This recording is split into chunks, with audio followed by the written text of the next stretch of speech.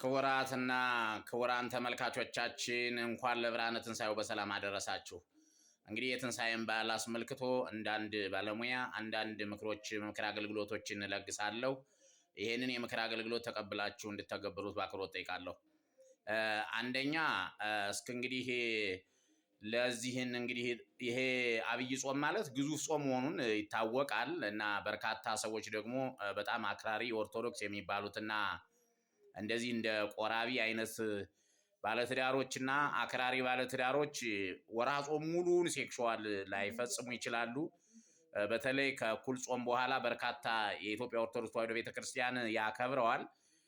ከዚህ ጋር ተያይዞ አሁን እንግዲህ ወደ ሴክሹዋል ስትመለሱ በተለይ ወንዶች ብልት መልፈስፈስ የሚመስል ነገር ሊገጥማችሁ ስለሚችል ቀስ ብላችሁ ሰውነታችሁ ወደ ነበረበት፣ ፍላጎታችሁ፣ ስሜታችሁ ወደ ነበረበት እንዲመለስ እንጂ ስንፈተ ወሲብ ይዞኝ ነው ምናምን ቶሎ መርጨት ሊይዘኝ ነው ምናምን ብላችሁ እንዳትቸገሩ፣ እንዳታስቡና እንዳትጨናነቁ ነው መግለጫ መስጠት እንፈልገው።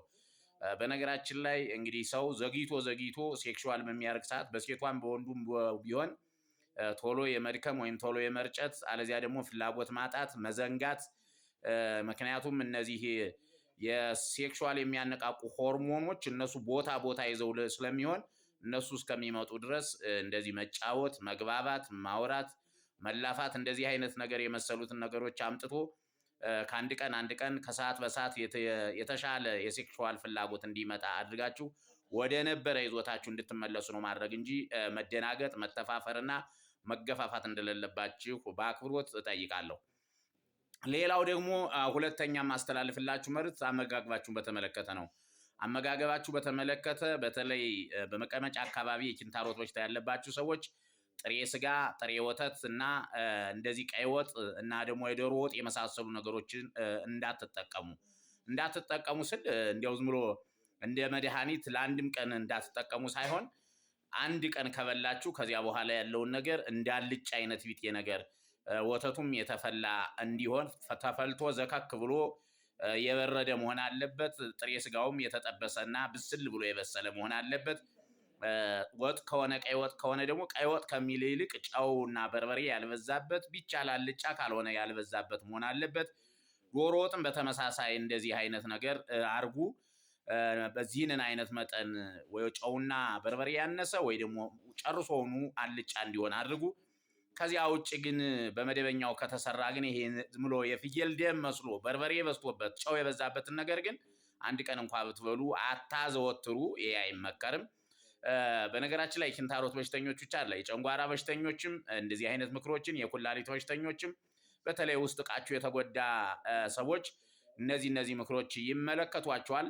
እንደዚህ አድርጋችሁ ሰውነታችሁን ቀስ አድርጋችሁ እንድትለማመዱ እንጂ እንዲያው ዝም ብሎ ያገኙትን ነገር እንደ ፈረስ ማግበስበስ አይመከርም።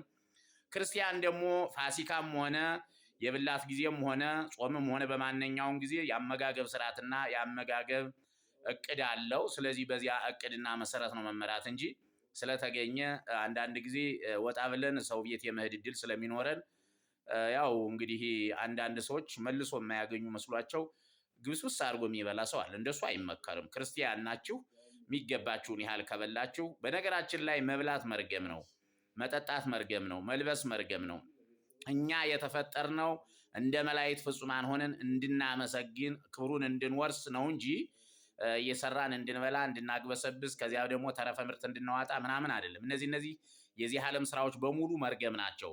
የተፈጠርን እንደ መላእክት ሀልዎተ መላእክት እንዲኖረን እንደ መላእክት እንድናመሰግን እንደ መላእክት እንድንወጣ እንድንወርድ እግዚአብሔርን እንድናከብር እግዚአብሔርን እንድናመሰግን እግዚአብሔርን እንድንወድ የእግዚአብሔርን ስራ እንድንኖር እግዚአብሔርን እንድንመስለው ነው እንጂ የተፈጠርን።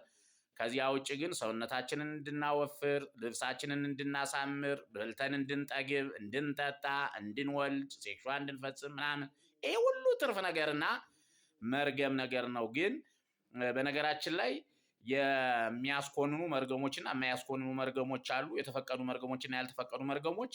በእንዲህ አይነት ነገር ግን መርገም ነው። ይሄም ቢሆን ከበዛ ወደ ማይፈቀደው መርገም ሊገባ ስለሚችል ምግብ ላይ አታተኩሩ፣ ሌሎች ነገሮችም ላይ ሳታተኩሩ ልክ በጾሙ የነበራችሁን ገደብ እንዳለ አድርጋችሁ አመጋገባችሁን ብቻ ግን የእንስሳትና የእንስሳት ተዋጽኦችን ጨምረን እንድንበላ ያለ ወቅት መሆኑ ነው እንጂ ከዚያ ውጭ ክርስቲያናዊነታችን፣ ቀኖናችን፣ እግዚአብሔርን አክብሮታችን፣ ቤተክርስቲያን መሄዳችን፣ ስግደታችን ምናምን ባለበት መቀጠል ነው ያለበት እና እንደዚህ እንድታደርጉ የባለ ትንሣኤ ዕለት ምክሬን ለግሻለሁ። ለተከታዮቼ፣ ለአድማጮቼ፣ ለወዳጆቼ፣ ለአድናቂዎቼ ነው ይሄን ያደረኩ።